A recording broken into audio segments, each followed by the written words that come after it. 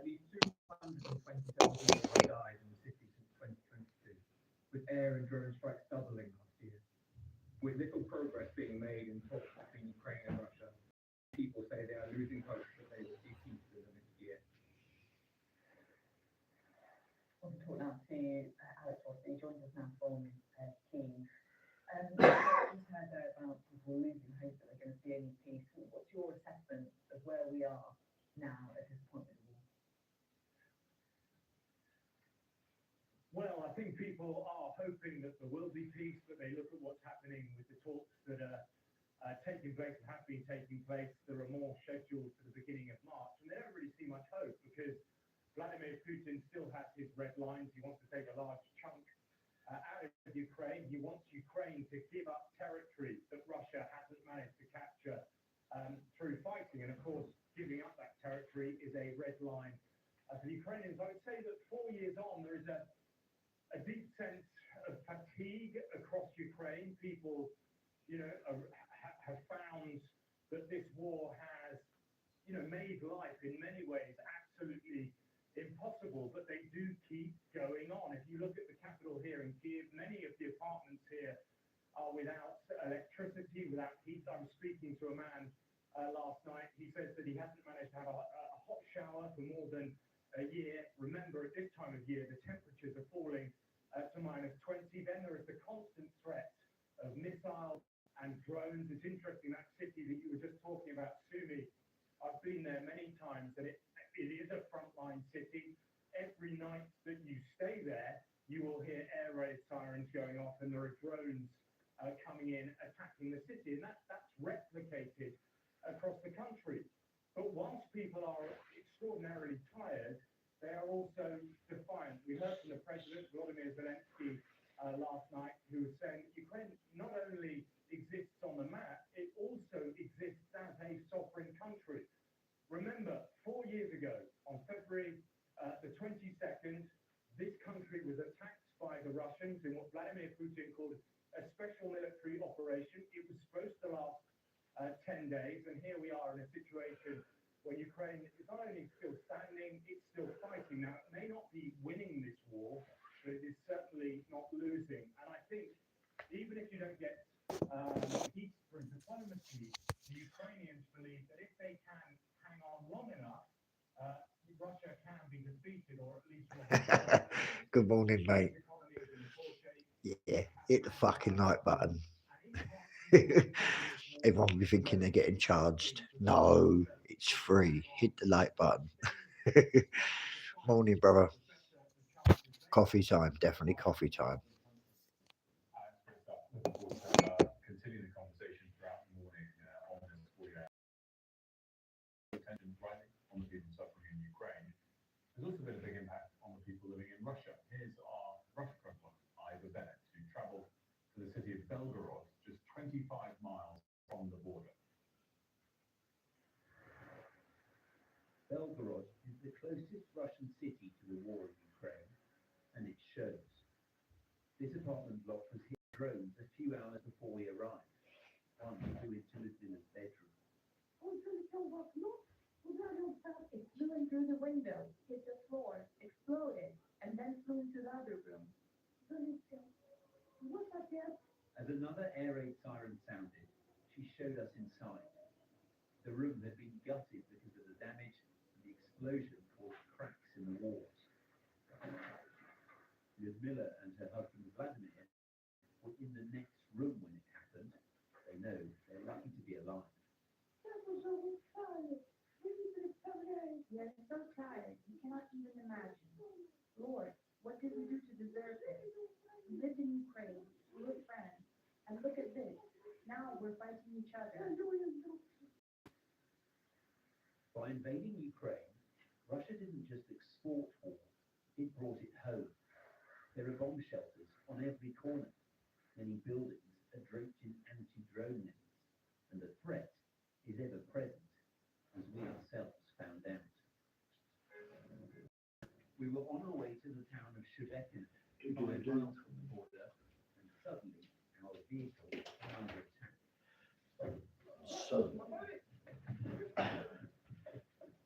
suddenly our vehicle was under attack. We'll go to fucking South London then, we can. We don't know why, but our car has become a target. We were scanning the area for drones and it came out of the blue. We've all jumped out and we've taken shelter behind this building now and trying to figure out what's going on. Kamikaze drones are laden with explosives. They're designed to detonate on impact. For some reason, this one didn't. It lay smouldering in the road before the military arrived. Before the military arrived, we blew it up. It was terrifyingly close to Kill 'em all. Like Moscow, Kyiv denies Like targets. Moscow. Like in Ukraine, civilians. Fucking Moscow, not one fucking snowman. Miserable cunts. Lisa's mother died in a shelling 2 years ago when they were out shopping together. Lisa was just 8 months old. Her leg had to be amputated after being hit by shrapnel. I wish there was peace. The children live for a while. Our children know what vampire stripes are, drones are, don't have to hear. All the things doesn't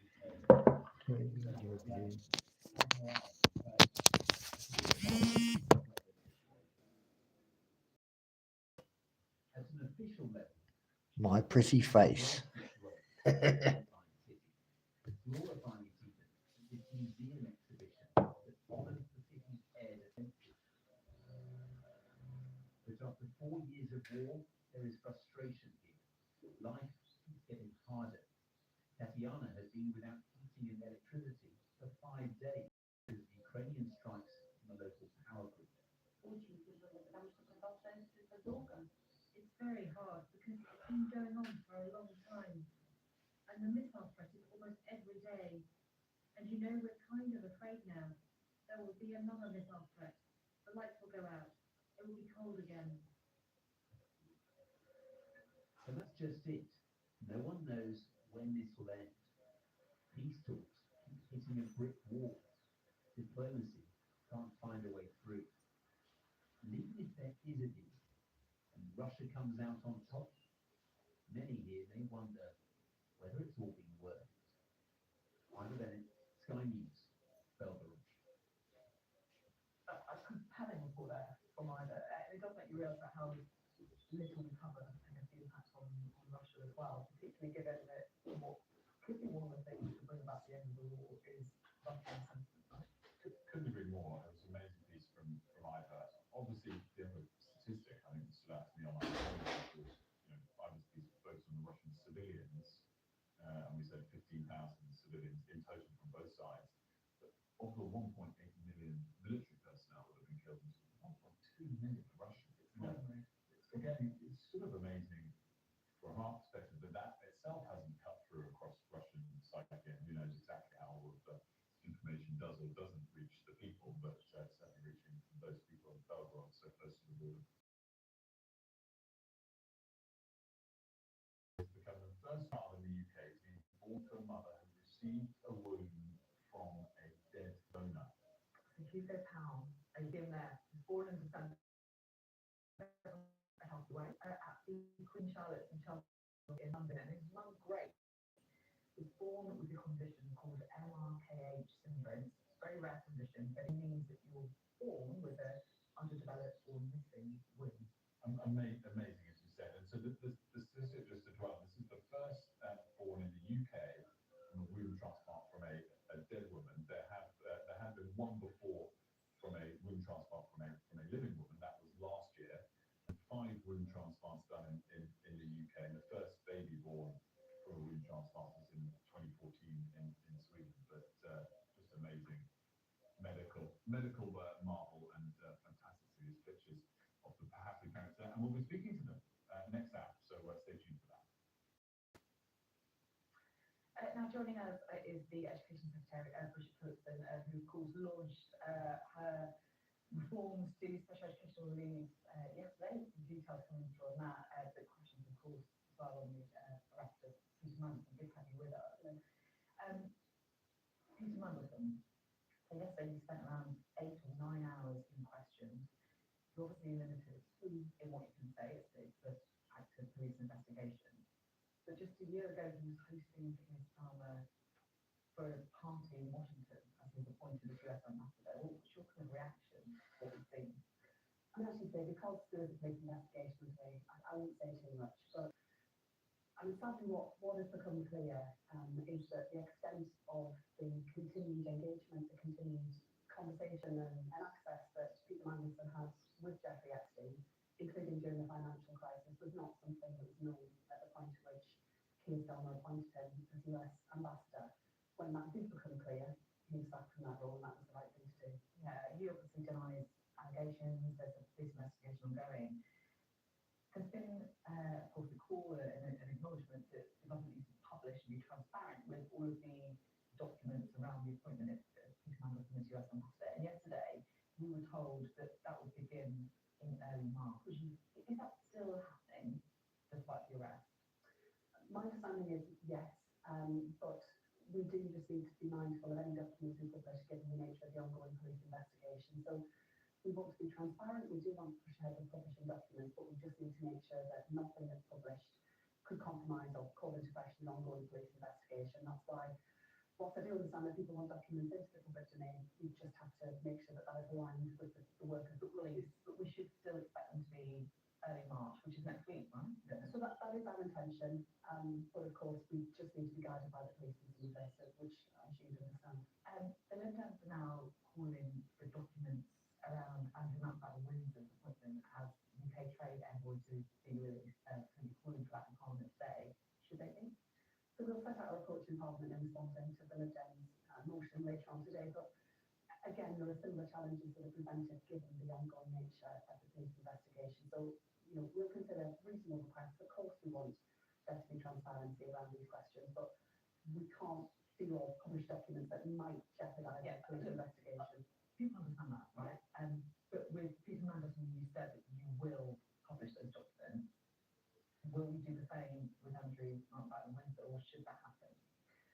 Again, we would like to be in a position of being able to publish more material in any case like this, because I think there is an obvious question of public interest, but given that there is also an ongoing police investigation, we just need to be careful. So what are you going to do later then? Are you going to come back with them? Are you going to, allow MPs to back? What's going on?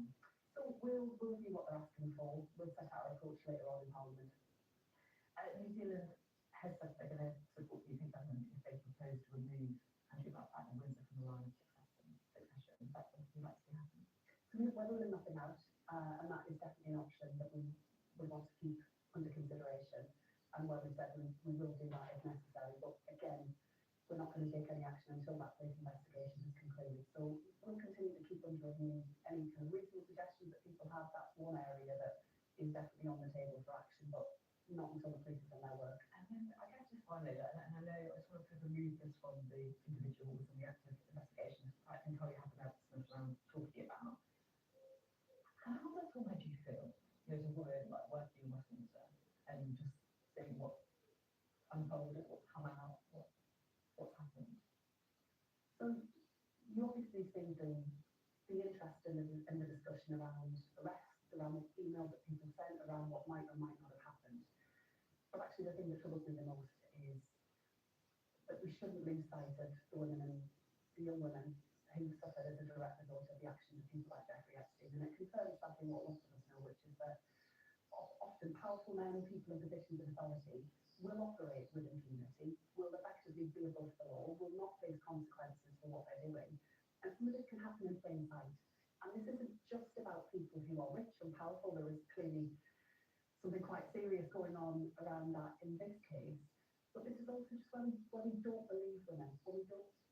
And that's why we've been legislating in Parliament to make sure that we better work together to tackle some of this, that the culture of disbelief, the lack of this kind of constant mantra of, we'll learn lessons, when we know what we need to do, we just need to get on and do it. The thing that sort of struck me reading a lot of the emails is how men talk about women when women aren't in the room. Do you know what I mean? Yeah. It's kind of slightly depressing, or very depressing. I don't actually have the words for it really, and it makes you realise that how people can present can be very different to how they will behave when they think no one is watching or when no one's noticing. actually not unique just to those who are powerful or rich. This can apply to people in positions of authority or people who will put themselves into positions of authority in order to abuse that power, particularly where it comes to abuse of violence against women and girls. That's why we've got such a serious approach as a government on tackling both violence against women and girls, but also the changes I've been bringing in around keeping children safe. Because a failure to listen to children is a fundamental issue that comes up time and time again. This is not a new concern. This has been happening over decades, and we've got to be better about this as a country. I could talk to you about this for a long time, but I do want to talk about your reforms as well. The school reforms to special education needs. It felt to me like at the heart of what you said yesterday was white working class kids, particularly in areas outside London. Is this the group of children that you think has been let down, betrayed, or what would you say? I think we've seen progress in our schools over the course of the last 30 years under a number of governments. There are really positive developments and there are brilliant people working in education.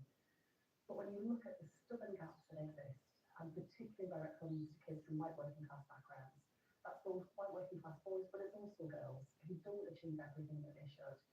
We've not been serious enough as a country about tackling that, about not just the individual cost that comes, but also the failure that we experience as a society when we don't harness all of the ability and talent of everyone in our country.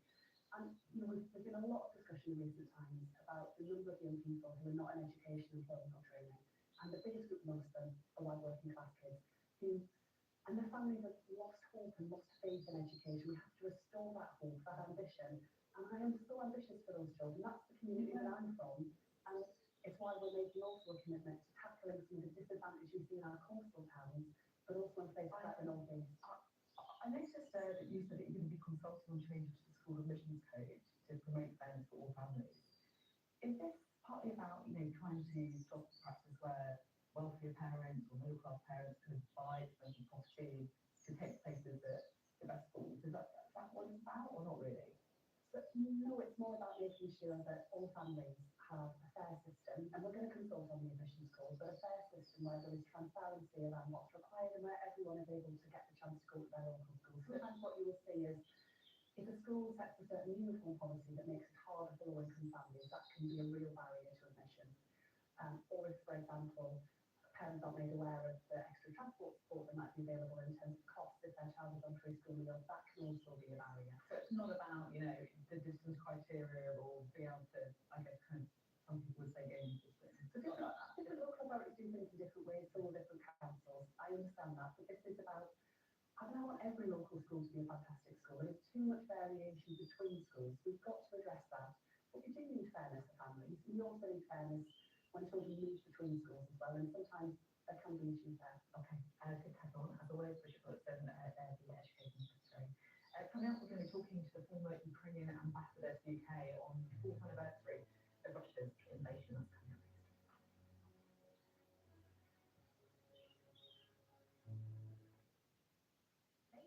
In a world full of noise and uncertainty, IG is the investment platform that backs you. Get the dubious tips from that guy down the pub. Get real-time insights, analysis and tools. No fat cat brokers clawing your gains. Pay zero commission on your investments. Switch to a platform trusted by investors for over 50 years. IG. Trade, invest, progress.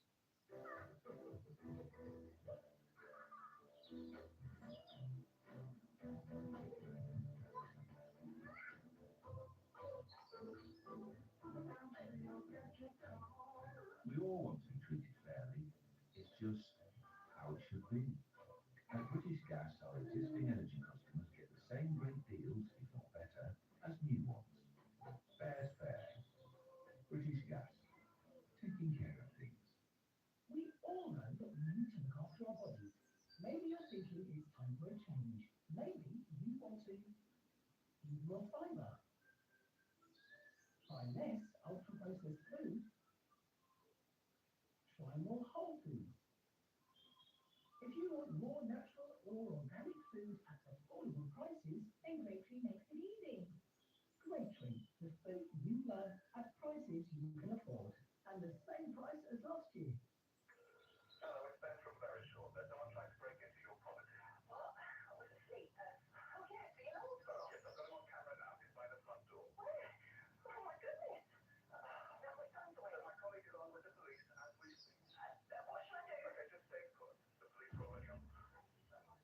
multitude of fled by police.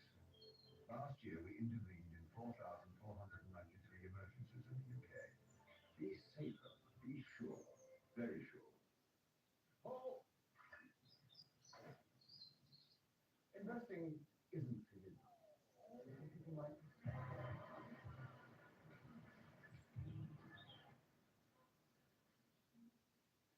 Investing is for people like you.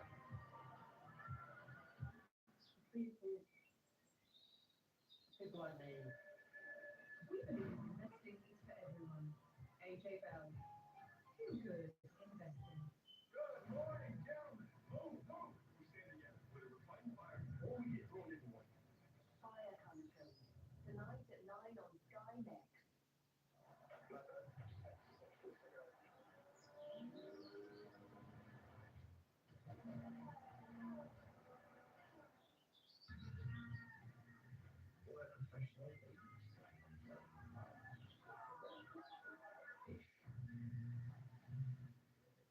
Well, back as Ukrainians mark 4 years since President Putin's military invasion, the European Union has failed to pass new sanctions on Russia and has yet to sign off on a 90 billion euro loan to help Ukraine.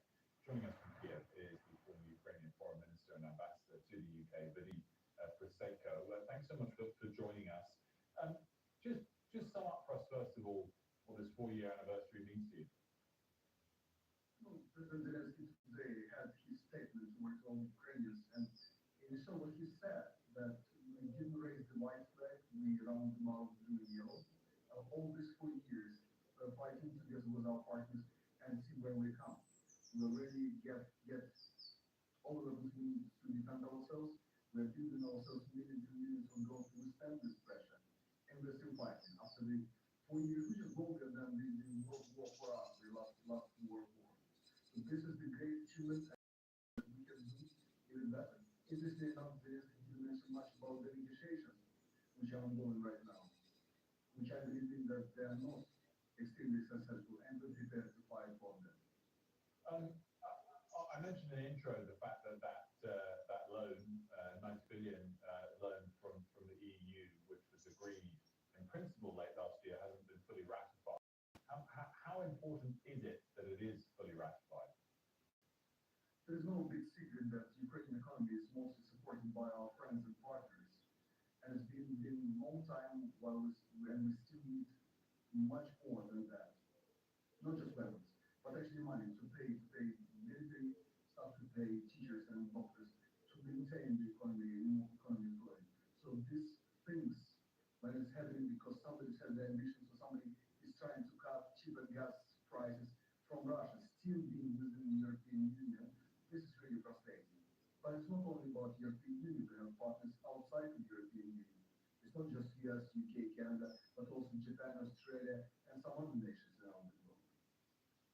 I guess my question, though, is how much of a sort of immediate threat does it pose to Ukraine's ability to keep fighting in the face of no peace deal if that doesn't get approved soon?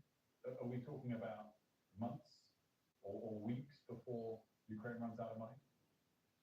Zelensky today mentioned that it's been 4 years while Putin stayed in Kyiv in 3 days. So we hope, all of us hope that these negotiations, this peace talks will bring something. But as you see, Putin doesn't want to bring peace, he wants to take and take even more. I believe sooner or later the Americans will understand that there is no sincere will on the Russian side to finish up this war. But actually they want to portray this war as long as also believing that in the long run the economy they will crush us, which is not happening because of this money you are saying and because of the other money, Russian money, being frozen assets, but unfortunately haven't been put in use so far. Would you like to see a greater impetus from the EU and the UK in the short term? I mean, as we've been discussing, some of those monies haven't left the EU to reach you yet, and the UK today is pledging more, but only £20 million more. No, I believe that this 300 billion, at least what we've been told so many times, of Russian money frozen, it is something we have to use against Russia this time. They came to kill us all, destroy our economy. It is so fair to use their money to try very harsh winter when all the energy generation and heat generation were threatened and then hit. I don't believe that we have so much rely on the taxpayers' money, and many countries are going through the rough times themselves. There is still a hope, there is still an urge to the politicians and very smart lawyers around the globe how to actually get the Russian money working against them in this war. What are your latest views towards the United States? And are you very disappointed at their lack of full support? It's not about my personal disappointment, which is I'm disappointed as a diplomat because of these negotiations. We still have to, after this 4 years of work, to explain to Americans why it's happening and where it can bring us. We are not taking all of this baggage, historical baggage. Russians are trying to explain why we cannot be independent, why can we not be a nation. What we're trying to tell them is to remind them there are rules, there are law, international law, and just fairness.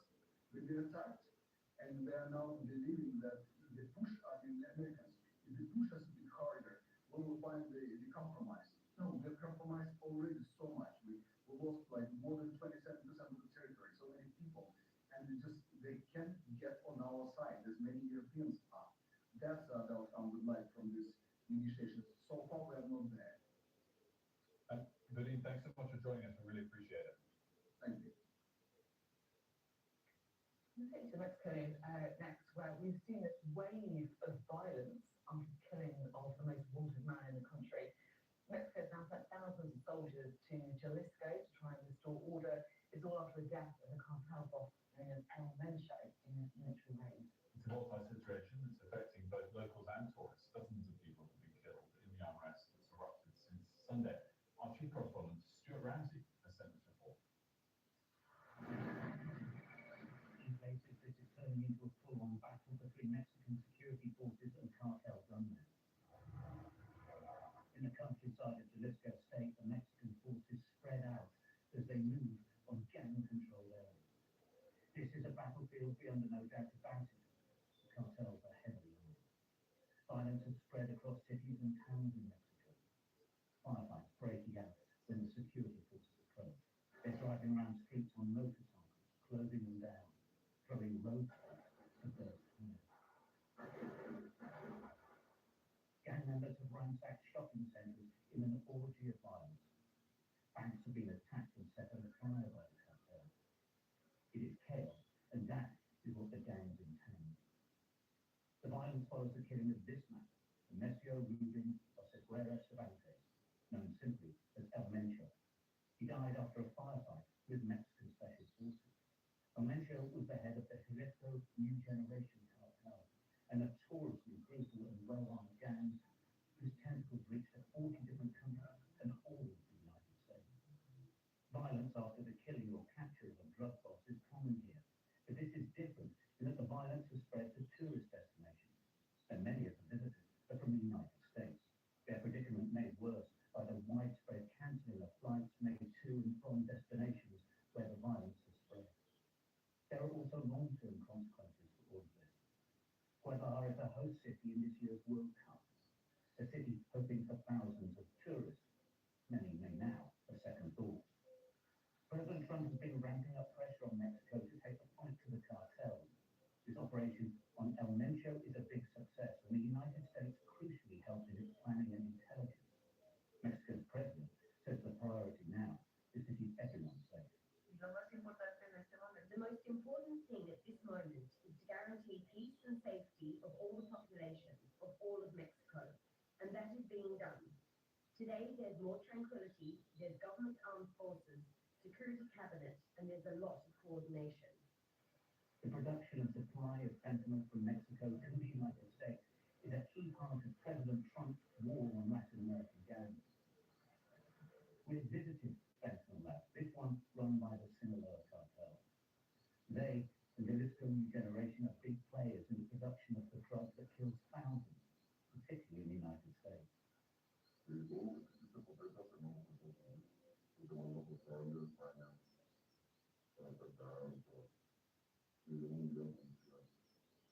What happens next isn't clear, but a turf war between the various cartels is more than likely.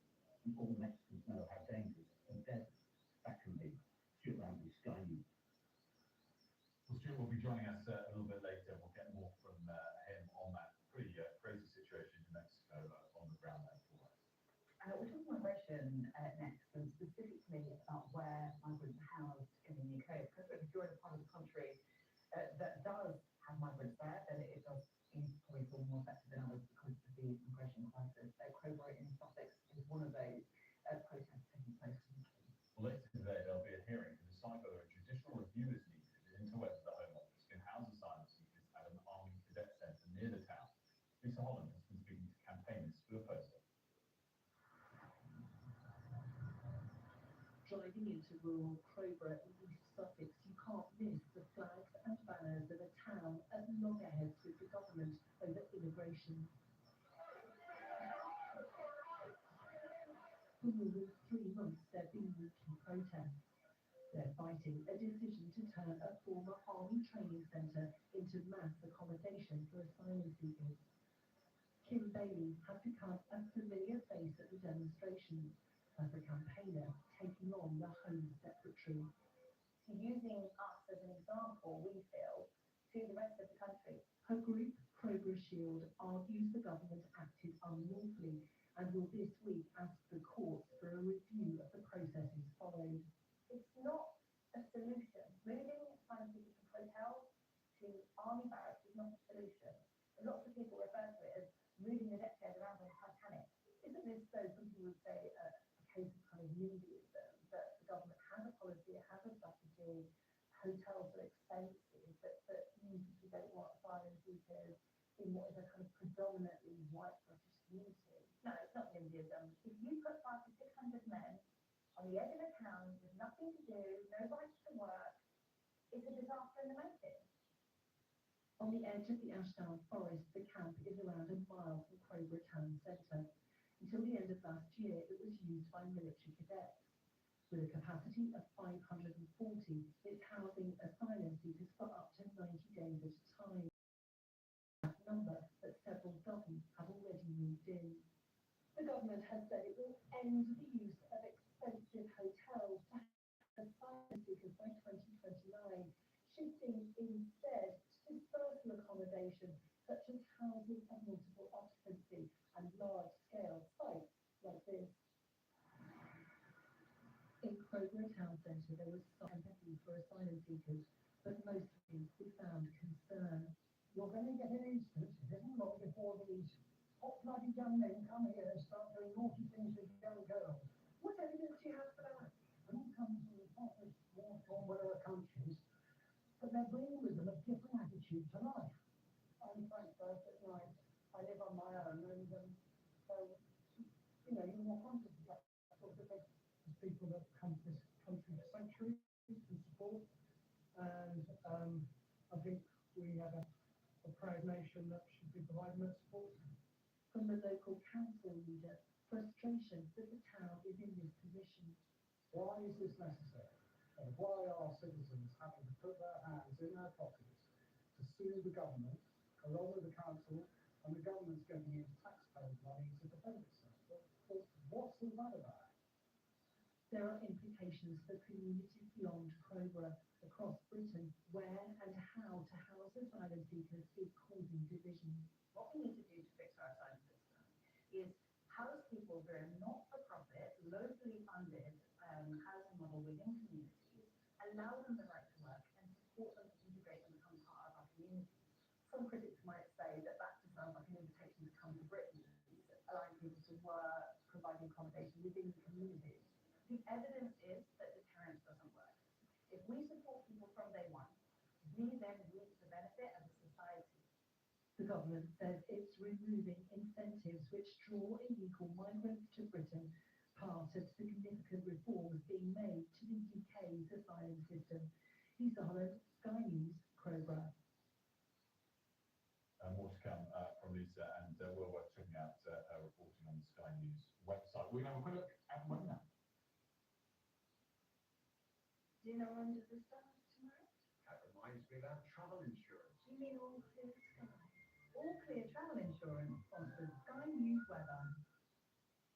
So it's looking mild all week, but there is further rain and there are strong winds at times as well. It's going to be fairly gloomy this morning with extensive low cloud, hill fog, there's drizzle in places as well, but at least it will be mild and there will be some sunny breaks over central England in particular. Drizzly outbreaks in the north and west will become heavier over northwestern Scotland by midday. Southern Britain will see some sunny spells developing more widely as well. Expect temperatures similar to yesterday's, although there'll be a bit of a brisk wind, so it might feel a bit cooler at times. Southern Britain should see some good spells of sunshine out the afternoon. All Clear Travel Insurance proudly sponsors Sky News weather. Up next, we're going to be talking to Tom Bradshaw. He's the president of the National Farmers Union, NFU. We'll get to on all of the latest agricultural talking points on what is the day of their annual conference.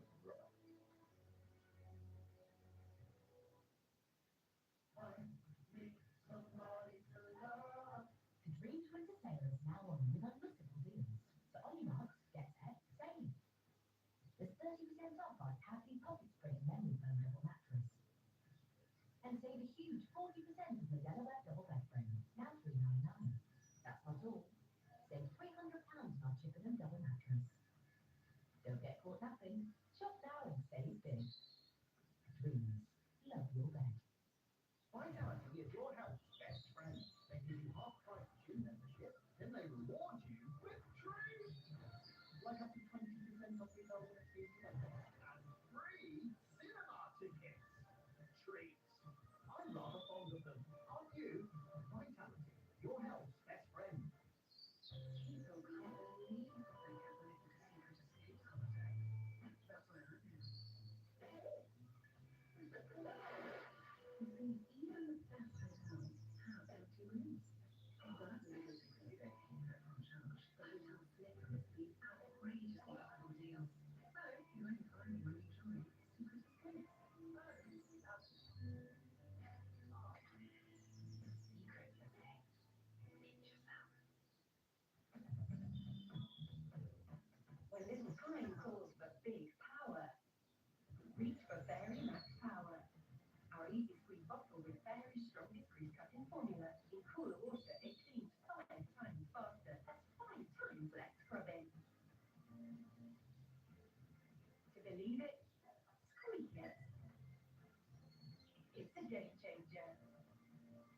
Fairy Max Power, Max Clean, Max Fast. Bullion by Post is the UK's #1 online bullion dealer. Bullion by Post makes the process of buying precious metals easy and secure. You can buy bars and coins and get them delivered discreetly to your door. On our website, prices are updated every 2 minutes and include free fully insured delivery. Bullion by Post aims to provide gold standard customer service, and we're very proud of our thousands of independent customer reviews. For live prices or to find out more, call us on 0800 825 0000 or visit us at bullionbypost.co.uk. Right now at Wren, you can get up to £1,000 cashback on selected Neff appliances. Wren, made for living. I mean, it's awesome and it's bonkers. The search for Britain's best landscape artist is back. Like the outcome of art. From across the country to across the canvas, I'm going to test you. the stakes are high and the challenge is set. Oh my gosh, exciting. To me, this is always all cool. The anticipation of what's going to be revealed has been unsettled. Who will become Landscape Artist of the Year. Wednesday at 8 on Sky Art. That's been raining a lot recently. You probably noticed. We've been talking a lot as well. I have definitely noticed. And look, I know that we've been talking a lot about the impact of flooding and farming in the UK, and the National Farmers Union annual conference is open today, and the focus this year is on the need for what they're calling a more resilient food system. So in other words, being able to anticipate shocks and withstand the impact. What does that mean? We're trying to find out. Well, the NFU says the government can help make things easier by recognising that farming is a cornerstone of national security. Let's bring in the president of the NFU, Tom Bradshaw. Tom, great to have you with us. Thanks so much for joining us. I guess it's sort of stating the obvious somewhat that flooding makes farming a real problem, but similarly, it's probably not something the government can control, can they? They certainly can't control flooding. Obviously, we've seen some places that had over 50 days of consecutive rainfall.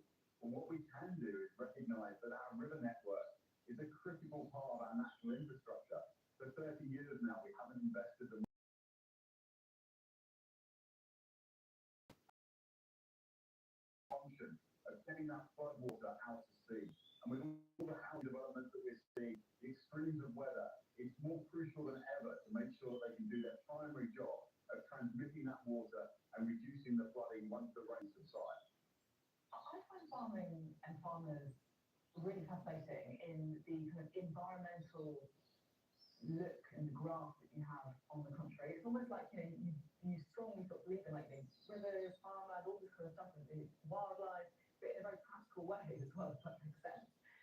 What kind of things do you think the government needs to do to try and help us become more resilient, I guess, going forward?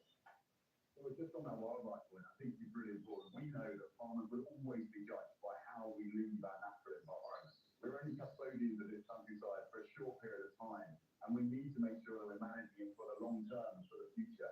But that flooding that we talked about previously, the impact on wildlife, when I was in Lincolnshire 2 years ago after the floods, there's a lot of dead wildlife scattered around because they can't escape the floods either. So there's no benefit there for wildlife.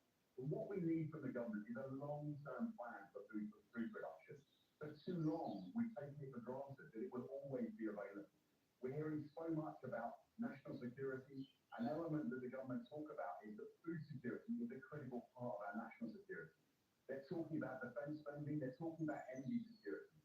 But the third pillar of that stool needs to be food production and a resilient food system so that we aren't threatened by the global shocks that are becoming all too frequent. Be that geopolitics or the weather, it's imperative that we invest in our domestic food system here so that 70 million consumers and all your viewers have a reliable source of affordable food. I guess what you're saying at the moment is sort of arguing that the government should make it a higher priority, but give us a sort of high-level tangible policy that you would like to see that would help deliver that greater resilience. First of all, if we started on simply setting targets for domestic food production, we have legislated environmental targets, we have no targets for domestic food production at all. No way of holding ourselves and the government to account as to whether we're meeting the ambition for domestic food production. We need a planning policy that actually functions. At the moment, it's a blocking policy rather than an enabling policy. We need to be able to build reservoirs and on-farm infrastructure. For too long, we've been living off investments made decades ago. And if we're to have a resilient food system, we need huge investment on-farm over the next decade so that we can deliver the long-term plan for 20, 30 years down the line. And creating that headroom for investment is something which government has a central role. Really, this is all about confidence. And for too long, the confidence of the farming industry has been battered, most recently by the inheritance tax proposals. And we need a long-term plan. We need a commitment from government that food production really matters. And then the policies that surround that really make sure we're not offshoring our food production and our responsibilities to other countries, but we're investing in domestic food production here. You'd be proud of us, because it might surprise you. Will's a big reservoir fan. He talks about reservoirs quite a lot.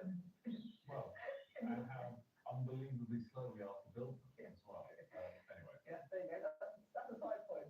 Side point. I was just going to ask as well about, I guess, the U-turn that we did see on the inheritance tax proposal as it relates to farmers. I guess the core part of this question is the extent to which you saw it as a sufficient U-turn or just a slight tweak. In light of how tight the public finances are, do you welcome that you did get an adjustment to it? It came as a massive relief for so many family farms right the way across the United Kingdom. There were many people that told us that nothing was coming. The government insisted repeatedly they weren't going to change. We still don't accept the policy, and we do recognise that given the pressures on the public that we've probably got the best outcome that we can for now. So our public on this is moving away. We're using a system that we need. Profitability has to be absolutely at the centre of that. There are so many farms that are worried about their survival because they're not making the returns and producing this country's food. Many of our cereal producers have produced wheat, barley and oats to save loads of production. Our dairy farmers have seen milk prices collapse in recent months. And the underlying possibility of providing food for the country is something which we need to be sorted so that farmers can invest with confidence for the future. Tom, great stuff. Thanks so much for joining us. We appreciate it. Thank you very much. We've got rental mentioning that. Well, I mean, time is important. Yeah, no, Not just me. true, very true. You didn't get to talk about beavers, though. No, just to explain, that's another one of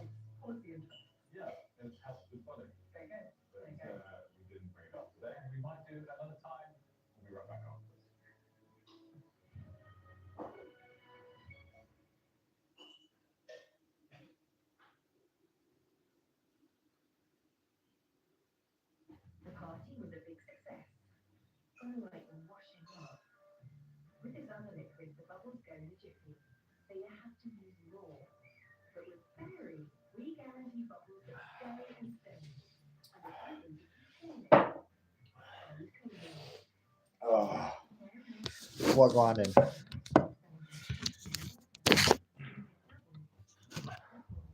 Double the amount. Double the amount. Is that it? Two fucking likes. Chili cans.